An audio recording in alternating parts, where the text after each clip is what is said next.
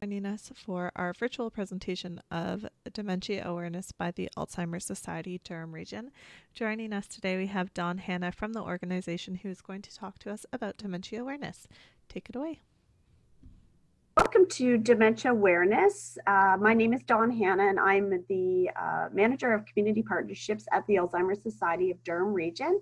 And today we're going to share knowledge on dementia and understanding what is dementia. So the material in this presentation has been prepared by the Alzheimer Society of Durham Region and is general background information about Alzheimer's disease and related dementias as at the date of this presentation. This information is given in summary form and does not purport to be complete. Information in this presentation should not be considered as advice or a recommendation to persons living with dementia or care partners and does not take into account your individual circumstances or needs. Before acting on any information, you should consider the appropriateness of the information. Having regard to these matters, any relevant information, and in particular, you should seek independent medical advice. So on to the session. So the objectives of today's session is providing you with an overview of dementia, how to reduce your risk for dementia, and at the end, I'll update you on the programs and services that are available through the Alzheimer's Society of Durham Region. So starting off, I wanted to share some photos of 4 different people that may be familiar to you. These celebrities all have one thing in common, is that they have lived with dementia. So you'll notice Ronald Reagan, Winston Churchill, Margaret Thatcher, and Glenn Campbell. So from these pictures, you can tell that dementia doesn't discriminate. It can impact anyone. The impact of dementia is far-reaching, and we know that more and more people are living with dementia. It's estimated that by 2031, 937,000 people in Canada will be living with dementia. As of 2016, 564,000 people have been living or were living with dementia at that time. In Durham Region alone, we have over 10,000 people who are living with dementia. And the other interesting statistic is that it doesn't just impact people over 65. What we call young onset can impact people who are living in their 30s, 40s, and 50s with dementia. So what is dementia? And this is probably one of our #1 questions that we receive at the Alzheimer's Society is, what is the difference between dementia and Alzheimer's disease? So dementia is what we call an umbrella term. It describes a set of symptoms that a person may be experiencing that could be affecting their memory, which we often associate with dementia, but it also can impact their communication. It can impact their problem solving, their language and communication of what words are coming out. It can affect their changes in their mood and their behavior, and overall impacts their quality, can impact their quality of life and their ability to manage their life. The difference between dementia and Alzheimer's disease is that Alzheimer's disease is a form of dementia. It's a type of dementia. And I'll talk about some of the more common types on this slide. So as I mentioned, Alzheimer's disease is the most common, but there are other types of dementias. It's estimated that there's over 90 different types of dementias. Alzheimer's disease being the most common. There's also vascular dementia, Lewy body dementia, frontal temporal dementia, and then mixed dementias, which can be a combination of 2 or more dementias. So the most common being Alzheimer's disease typically affects short-term memory first. Often a person who is living with Alzheimer's disease will find that they can remember things that happened long ago, but struggle to remember what's happening right now. So if you ask them what they had for breakfast, they may not be able to remember, but they could tell you details from years ago of who their childhood friend was, where they lived, details around family events. But Alzheimer's disease does affect the short-term memory first, stripping away those memories. Vascular dementia is can be caused by a stroke. And it's when the cells in the brain are deprived of oxygen. Lewy body is the brain-body connection, so it sometimes looks like Parkinson's disease. Sleep can be affected, movement, difficulty in, for example, walking upstairs, our brain tells us to lift our feet, but for someone with Lewy body dementia, they know they need to lift their foot to go up the stair, but may not, the body may not be reacting and the foot may not come up. So it's that brain-body connection. Frontal temporal dementia is also often referred to as Pick's disease, and this affects personality, behavior, emotions, language, speech, abstract thinking. So depending on which part of the brain is affected, the symptoms may be different for every person. And then we have mixed dementia, which, as I mentioned, is becoming more prevalent, and it can often be difficult to diagnose, but it can be a combination of 2 or more dementias. Treatable causes of memory and cognitive problems. So not all changes in memory could be dementia.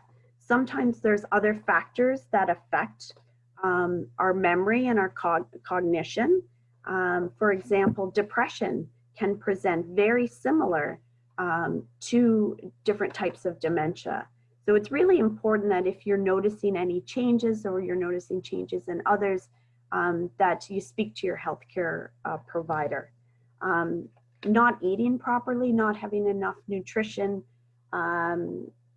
dehydration can affect our memory and our cognition. If we're not fueling our body properly, this can affect how our brain or our memory is working.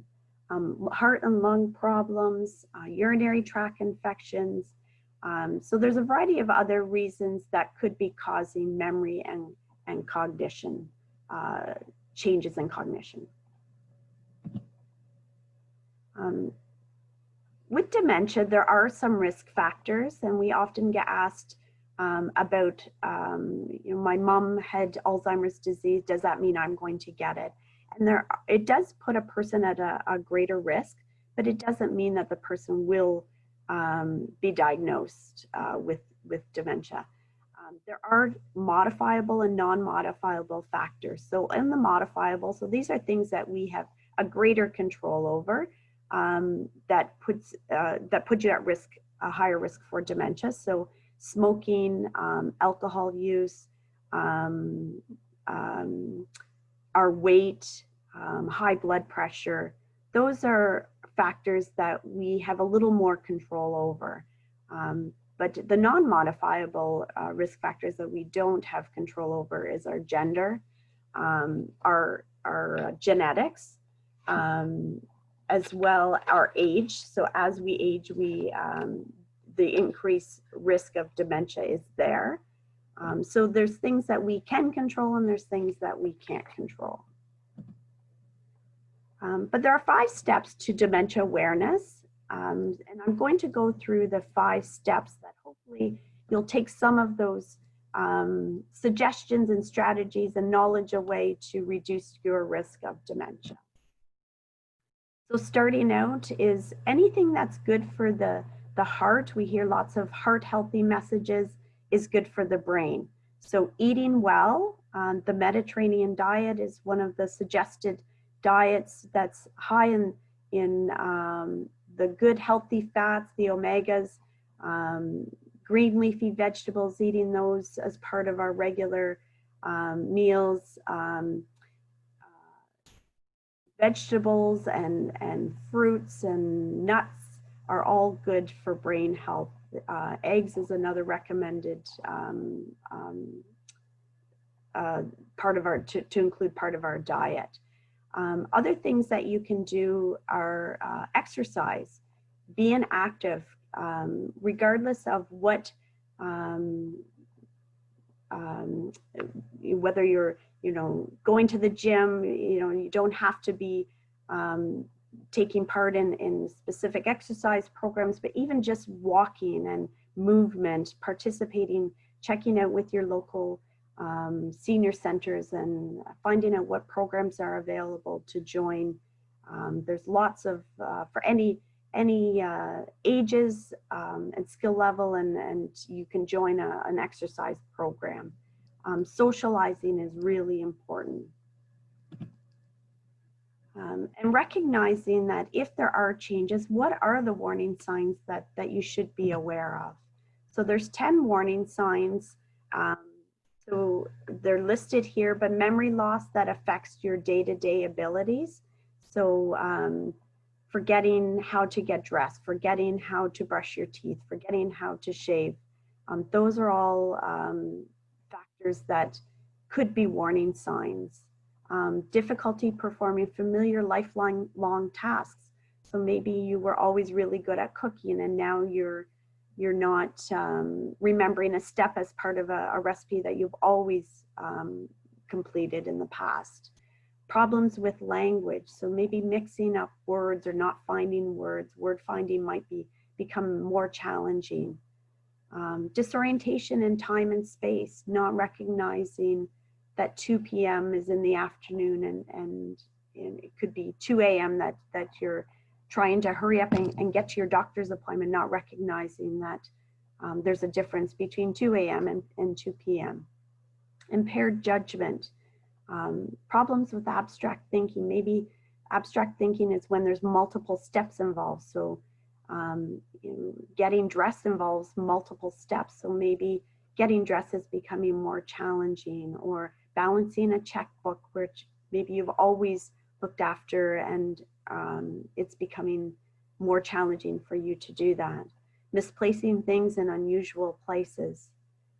Your change in mood and behavior. Maybe you've always been a very happy-go-lucky and now you find that you get upset easily now. Your changes in your personality, and then the loss of initiative. So maybe not wanting to participate in activities you always enjoyed before, not wanting to visit with family or friends like you did in the past. So all of these can be warning signs. And again, if you're concerned about any of these, to speak to your healthcare provider. And diagnosis and treatment is really important. So once you do speak to your healthcare provider, getting an assessment and going through some memory testing to confirm whether what you're experiencing is a form of dementia is really important. And early diagnosis is, I can't stress it enough. It provides, early diagnosis provides you with a safety, the care, the treatment, and the support in place earlier in, so that you're still involved. And one of the common myths is that people often think that once they receive the diagnosis, that's, it's devastating, it's the end, the end of their life. But at the Alzheimer's Society, we believe in getting an early diagnosis, but that there's lots of living left to do, and focusing on what are you able to do and what can you still do, and where do you need the support to be able to still keep you independent and safe, to still live out the best life possible. Getting educated and finding out more about whether it's you who is impacted with dementia or noticing the signs, or whether someone in your life who may be noticing changes in their cognition, is getting education. And at the Alzheimer's Society, we provide education and support to be able to understand this disease. There's different stages of Alzheimer's disease, and so we often refer to them as the 4 different stages. The early stage, so this is earlier in the diagnosis or the journey. when complex tasks start becoming more challenging over time, but for the most part, the person is still independent, sometimes still driving, still going out and about, perhaps on their own or with support. But as the disease progresses, the person can often move to the middle stage where there's more of a decline in the self-care abilities and maybe needs help with activities of daily living.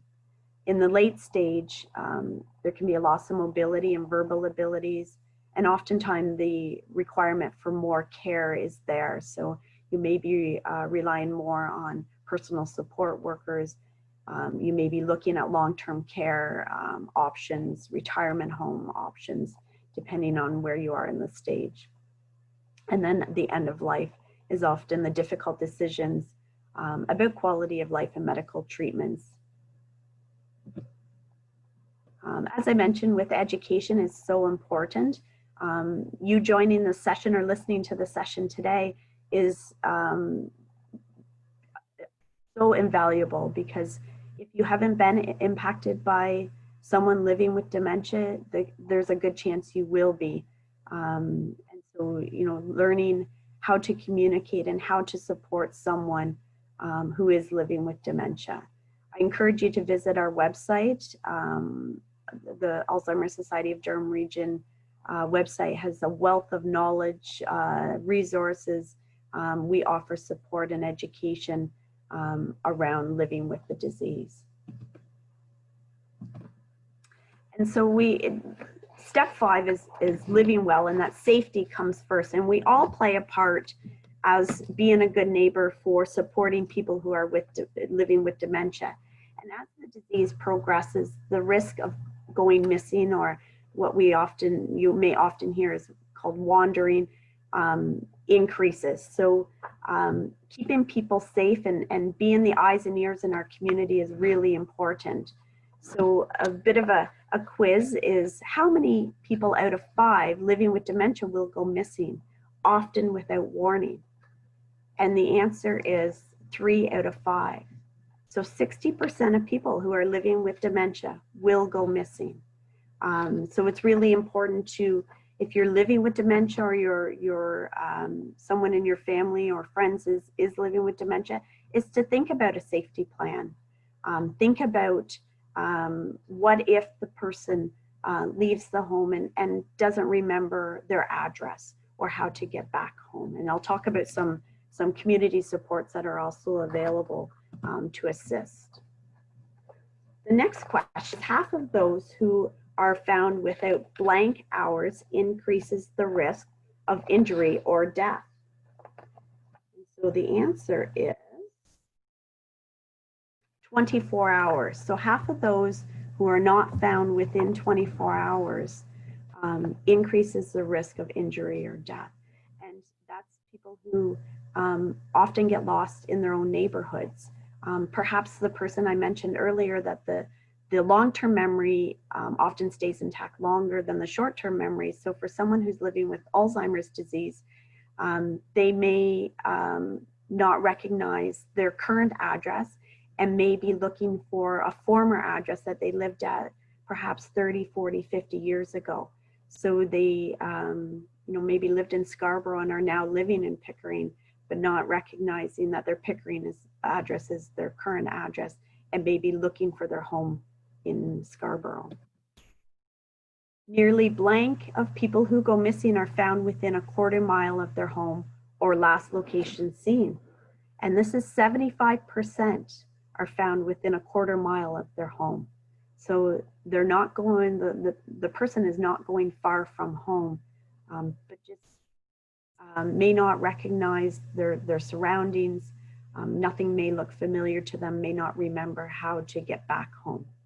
So it's really important that we as a community support people who are living with dementia, and recognize if someone does look lost, to ask, can I help you? Or try to find, to get them back home to their family.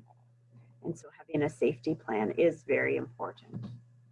And so other things that you can do is, if you do find someone who does appear to be lost or unsure of how to get home is check for a medical alert bracelet. You'll notice the picture of the medical alert bracelet has a blue insignia, and that indicates memory loss. So if someone, excuse me, if someone has this on the reverse side of the medical alert bracelet is a 1-800 number that you can call, and you can be connected or reunited, the person can be reunited with their next of kin or their emergency contact that's on their file at medical alert. So looking for that bracelet is really important as a good Samaritan to help get the person home safely. Calling 911. So if you're missing your family member, your friend, if they've gone missing, report it immediately. Do not wait. Our Durham Regional Police is wonderful at providing support, and they're also being trained in dementia awareness. So they're here to help. And then wait with the person until police arrive to take over.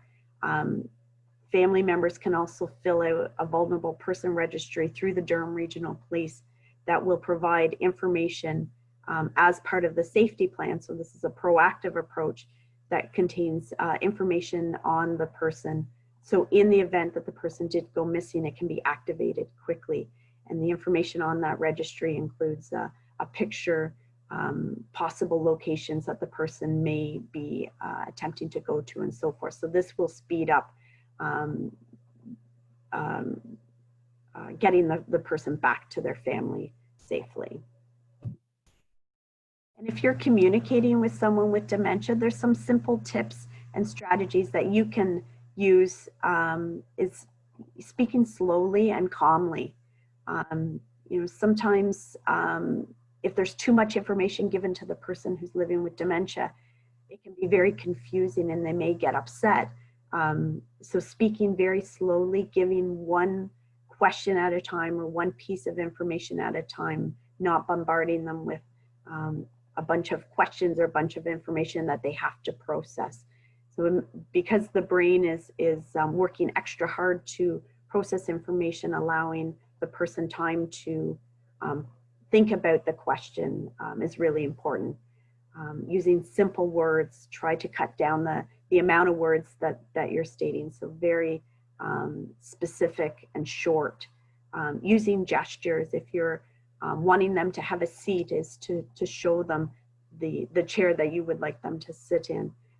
Asking yes or no questions. So not asking open-ended questions where the person has to try and figure out what the question is, but then also think about what are the possible answers that they could provide. So asking yes or no questions, and then avoiding correcting or reality checks. So perhaps what the person is telling you is not accurate, but for them it is. It's very real for them, and so going with where they're at and not correcting or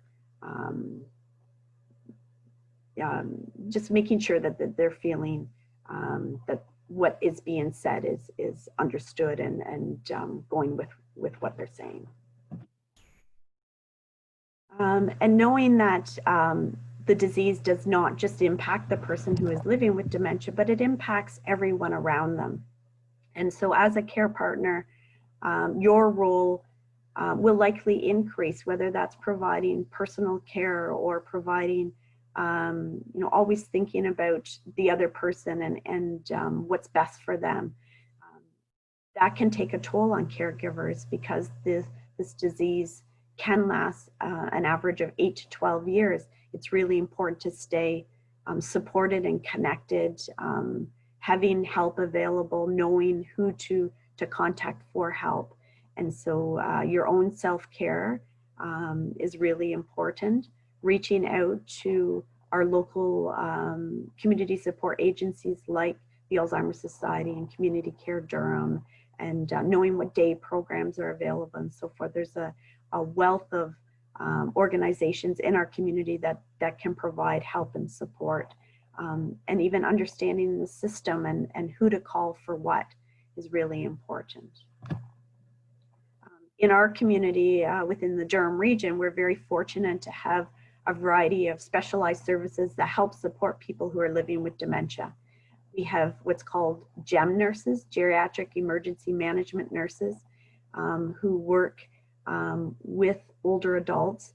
We have a GEM nurse in Oshawa, Bowmanville, as well as the Ajax emergency departments. So they're a great resource if you're in the emergency department, that you may be meeting with a GEM nurse. We have our geriatric assessment and intervention network clinic and community teams.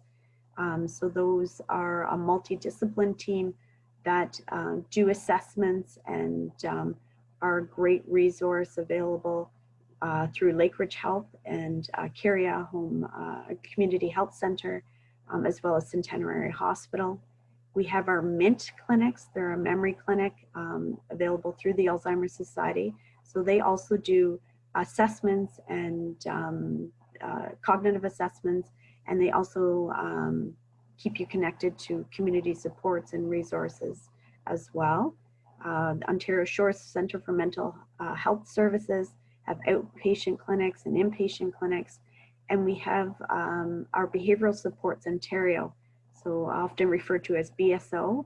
We have a variety of teams of they can be nurses or personal support workers who provide extra support to people who are living with dementia and helping to understand behaviors and supports to be able to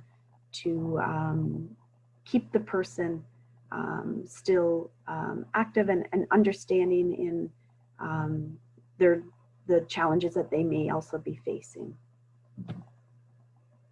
And the Alzheimer's Society of Durham Region, I mentioned the website is www.alzheimer.ca/Durham.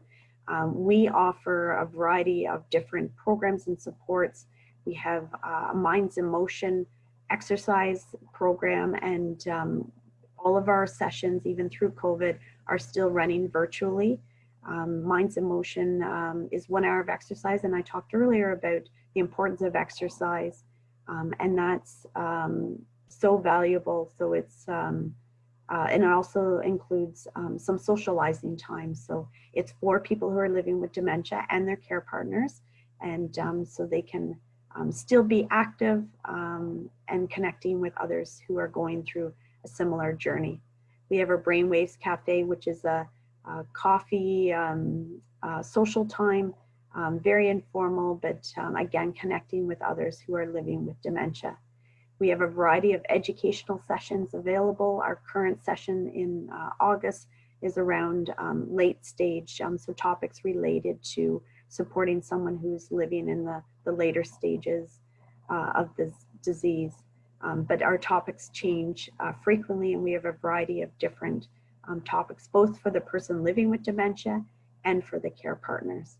And we offer activity boxes. Since COVID started, we've received requests from families who are physically distancing and perhaps isolated in their own homes and looking for some unique ideas to keep the person who's living with dementia engaged and busy. And so we offer free activity boxes that are available as well.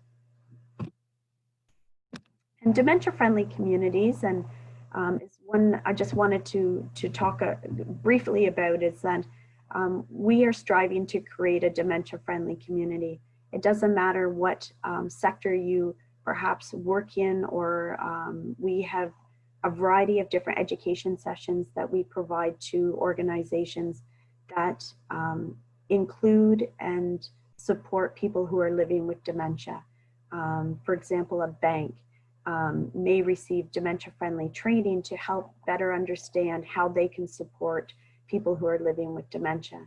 And all of us have a part to play in creating dementia-friendly communities. And I encourage you, if you're out at the grocery store or you're out for a walk and you notice someone who maybe could use an extra support, just asking, is there anything that you can do to help? Or it's really important, because it starts with all of us, each one of us, to create a community that includes people who are living with dementia. And just as a summary, so dementia is a life-changing condition. It impacts not just the person living with dementia, but their families and the community at large. Never lose sight of who that person is, whether it's your dad, your spouse, they're still the person that you've known. We can all learn how to better support people who are living with dementia. And a person living with dementia may respond differently. We just need to adjust how we communicate. Protecting your brain, and I didn't get into talking about how important it is of protecting your brain and keeping our brain healthy and making sure that we're giving it the attention it needs. So, continuing to exercise, eating healthy, socializing, doing activities that stimulate the brain, and puzzles, and reading, and whatever you enjoy is continue doing that, and trying something new. They say the best brain health is attempting something new every day. So embrace that and test that out. Early diagnosis is really important. There's lots of benefits to receiving the diagnosis early that you can be a part of the planning for your future. And it does optimize the quality of life. And at the Alzheimer's Society, we're here to support you and to help provide you with tips and strategies around how do you live well with dementia.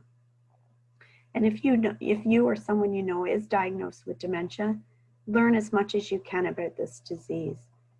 Focus on activities that you enjoy and do them for as long as possible. Recognize the impact on care partners and seeking support. And reaching out if you need extra supports, reaching out. We at the Alzheimer's Society as well, we provide system navigation, so we can help support you to find out what other supports and services are available in Durham region. And that please connect with the Alzheimer's Society. We're here to support you no matter where you are in the journey, or whether it's for you or someone that you care about. We're here to support and provide that ongoing support and education for you, and that it's never too early or too late. Reach out. At the Alzheimer's Society, we are a nonprofit organization. We do receive local health integration network funding, LIN funding, but we would not be able to do what we're doing without the support of our community and donations. So if you're able to make a donation, we welcome every donation. It stays in our community, and we wouldn't be able to offer these education sessions or support without your financial support as well.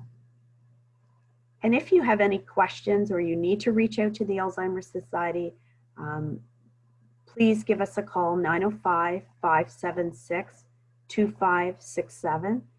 You can also use our website, and I've also included my contact information if you wish to contact me directly by email or by phone. I'm happy to answer any questions you have, provide you with additional resources if you want any resources sent out to you. Following this session, I'm happy to provide that as well. So thank you.